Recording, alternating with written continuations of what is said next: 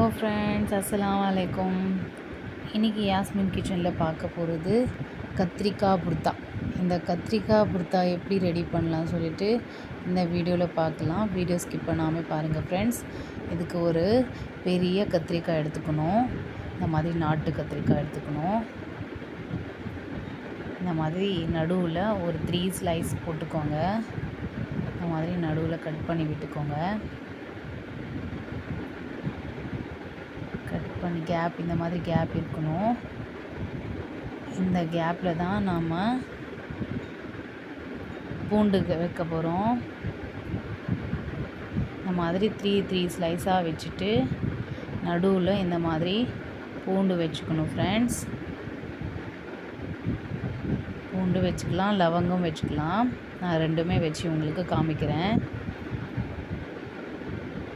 ஸ்மெல்லுக்கு நல்லாயிருக்கும். அப்புறம் இந்த உள்ளே நம்ம குக்கிங்காக ஆகிடும். மெயின் ரீசன் என்னென்னா, நடுவில் உள்ளே குக் ஆகிறதுக்கு தான் இந்த மாதிரி ஸ்லைஸ் வைப்பாங்க.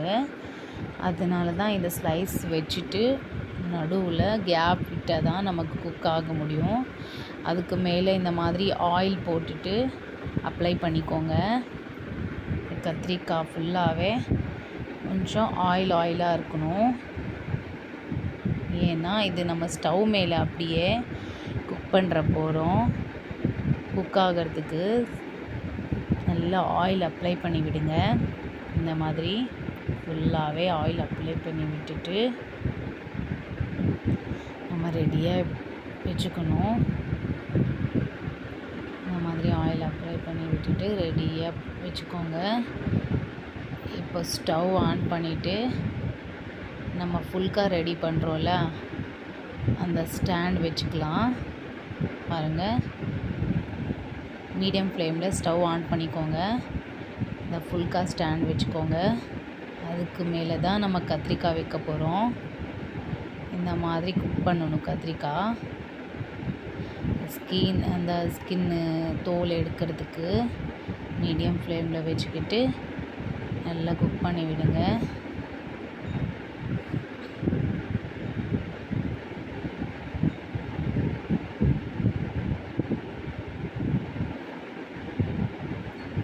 ரொட்டேட் பண்ணிக்கிட்டே இருங்க, அப்போ தான் நல்லா குக் ஆகும்.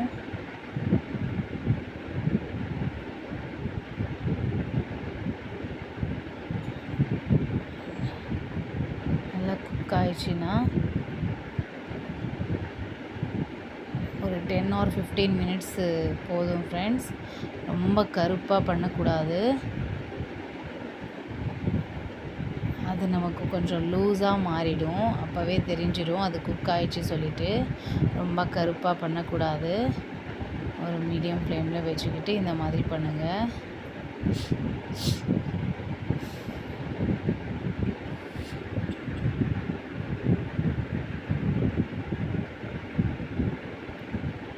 இந்த மாதிரி குக் ஆயிடுச்சுன்னா எடுத்து சைடில் வச்சுக்கலாம்.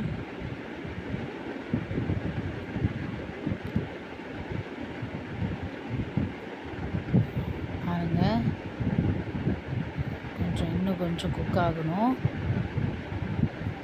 இன்னும் கொஞ்சம் குக் பண்ணிவிட்டு நம்ம எடுத்து சைடில் வச்சுக்கலாம்.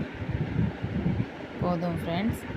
எடுத்துட்டு அந்த மேலே தோல் இருக்குல்ல, அது மட்டும் எடுத்துருங்க. ஃபுல்லாக மேலே இருக்கிற தோல் அப்படியே வந்துடும் பாருங்கள். அப்படியே எடுத்துருங்க. ஃபுல்லாக எடுத்துட்டு உள்ளே இருக்கிறது மட்டும் நம்ம ஸ்மாஷ் பண்ணணும். நம்மக்கிட்ட ஸ்மாஷர் இருக்குல்ல, ஸ்மாஷ் பண்ணுறதுக்கு இந்த ஸ்மாஷர் போட்டு தான் நம்ம ஸ்மாஷ் பண்ணி வச்சுக்கணும். இது பாருங்கள், நல்லா இந்த தோல் எல்லாம் எடுத்துகிட்டு இந்த மாதிரி ஸ்மாஷ் பண்ணி வச்சுக்கோங்க. ஸ்மாஷ் பண்ணி வச்சுட்டு குக் பண்ணுறது ஸ்டார்ட் பண்ணலாம். அதுக்கு தேவையான பொருட்கள் பார்த்துக்கோங்க. 2 வெங்காயம் கட் பண்ணி வச்சுருக்கேன். ஒரு 2 தக்காளி இந்த மாதிரி கட் பண்ணி வச்சுக்கோங்க. கொஞ்சம் கொத்தமல்லி, ஒரு 2 பச்சை மிளகாய். ஸ்டவ் ஆன் பண்ணிவிட்டு ஒரு பேன் எடுத்து வச்சுக்கோங்க. இப்போ 3 டேபிள் ஸ்பூனு ஆயில் போட்டுக்கோங்க. ஆயில் சூடானதும் வெங்காயம் போட்டுக்கோங்க.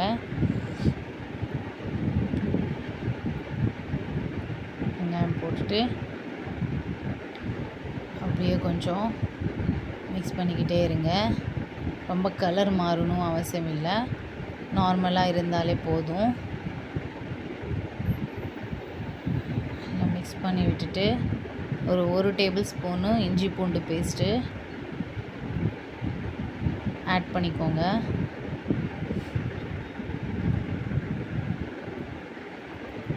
ஒரு டேபிள் ஸ்பூன் போதும் ஃப்ரெண்ட்ஸ். இதை நல்லா மிக்ஸ் பண்ணிவிட்டு இந்த இஞ்சி பூண்டு ஸ்மெல்லு வெளியில் வந்துடணும், அது வரைக்கும் ஆட் பண்ணிவிட்டு தக்காளியும் பச்சை மிளகாவும் ஆட் பண்ணிக்கலாம். நல்லா மிக்ஸ் பண்ணிவிட்டு பச்சை மிளகாவும் இந்த தக்காளியும் ஆட் பண்ணிக்கோங்க. இதுவும் ஆட் பண்ணிவிட்டு நல்லா மிக்ஸ் பண்ணிக்கோங்க ஃப்ரெண்ட்ஸ்.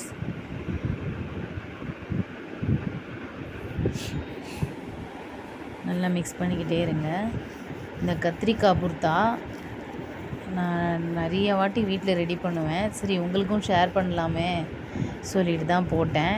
நல்லாயிருக்கும் சொல்லிவிட்டு நம்புகிறேன். நீங்களும் ட்ரை பண்ணுங்கள், கண்டிப்பாக நல்லாயிருக்கும். ஏன்னா நம்ம சப்பாத்திக்கு யூஸ் பண்ணலாம், சாப்பாடுக்கு யூஸ் பண்ணலாம், இவ்வளோ டேஸ்ட்டாக இருக்கும்.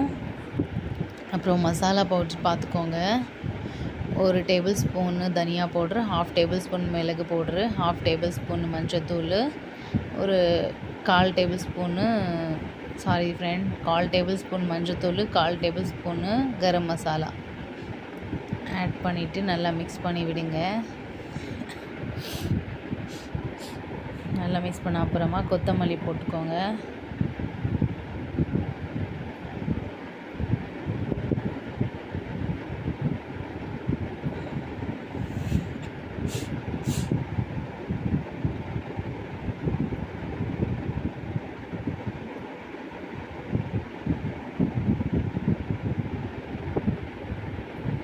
மிக்ஸ் பண்ணிவிட்டு நம்ம ஸ்மாஷ் பண்ணி வச்சுக்கிட்டோம்ல கத்திரிக்காய் போட்டு ஆட் பண்ணலாம்.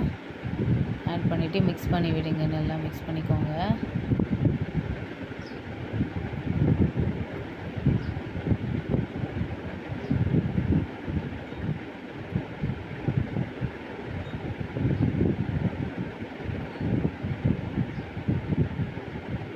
இந்த மாதிரி நல்லா மிக்ஸ் பண்ணி விட்டுட்டு தேவையான அளவுக்கு உப்பு போட்டுக்கோங்க. நான் லைட்டாக தான் போட்டேன், ஏன்னா வீட்டில் சாப்பிடக்கூடாது சொல்லிவிட்டு கொஞ்சம் லைட்டாக போட்டேன்.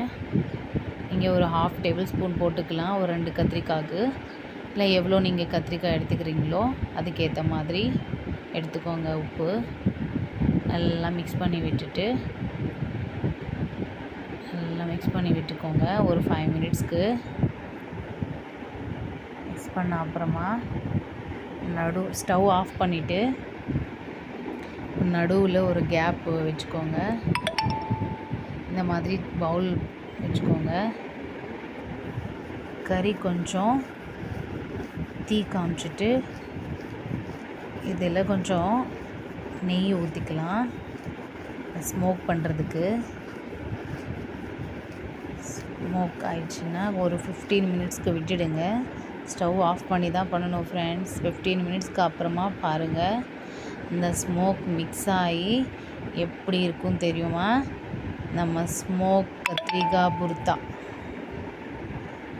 கத்திரிக்காய் புர்த்தா சூப்பராக ரெடி ஆகிருக்கு பாருங்கள். நல்லா டேஸ்ட்டாகவும் இருக்குது, அந்த ஸ்மோக்கும் போயிருக்கு உள்ளே. நல்லா ரெடி ஆகிடுச்சு பாருங்கள் ஃப்ரெண்ட்ஸ். இப்போது எடுத்து நம்ம சப்பாத்திக்கும் சாப்பிட்லாம், சாப்பாடுக்கு சாப்பிட்லாம். சூப்பராக டேஸ்ட்டாக இருக்கும் பாருங்கள். உங்களுக்கு இந்த வீடியோ பிடிச்சிருந்தா லைக் பண்ணுங்கள், ஷேர் பண்ணுங்கள், கமெண்ட்ஸ் பண்ணுங்கள். மறக்காமல் சப்ஸ்கிரைப் பண்ணிக்கோங்க ஃப்ரெண்ட்ஸ். இன்னும் நிறைய வீடியோஸ் போடணும்னு சொல்லிவிட்டு ப்ரேயர் பண்ணுங்கள் யாஸ்மின் கிச்சனுக்கு. இன்ஷா அல்லாஹ் நெக்ஸ்ட் வீடியோவில் மீட் பண்ணலாம். பாய்.